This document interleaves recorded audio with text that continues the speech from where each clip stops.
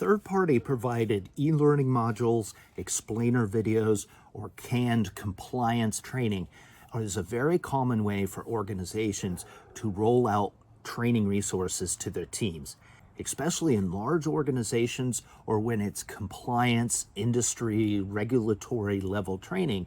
Oftentimes, these third-party resources can be a useful way to roll out that training to make sure the organization is moving forward. The danger, however, is that those become a check-the-box activity. Your users are going to click through the slides as quickly as possible to get to the quiz, and your frontline managers are going to just check the box and make sure everybody did it. Here's a number of tips of how you can make that process far more effective. First, make sure that your frontline managers not only are aware of all those trainings, but they know what's in them, why they're important, why they need to be completed, and how those specific trainings fit not only with job role success for the participant, but the health and well-being of the organization as a whole.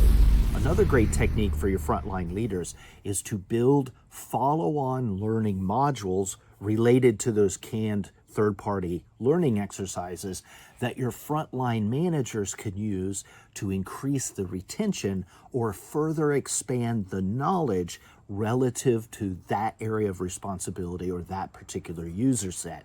You can have your internal learning teams build scenarios, exercises, activities that your frontline managers can then use with their pre-shift huddle or their daily kickoff meetings to help drive the knowledge from those third-party resources even deeper. In other words, you build the script, you put everything together for those frontline managers to give them the talking points, the conversation starters, and to really get that dialogue going at a deeper level.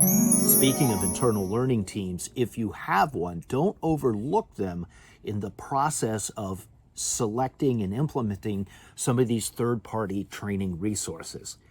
Make sure that your learning teams are included not only in the selection of the appropriate tools and vendors, but that what you're wanting at the leadership level isn't conflicting with what your training teams are either already doing or, frankly, capable of doing. You may find that your internal learning teams can build and deliver far more effective training that's available off the shelf.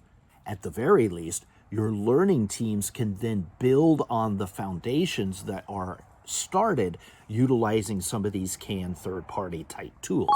There's a whole boatload of third-party learning tools available. It's really a great time to pick and choose the ones that can integrate into your learning culture to provide a holistic learning experience for your teams.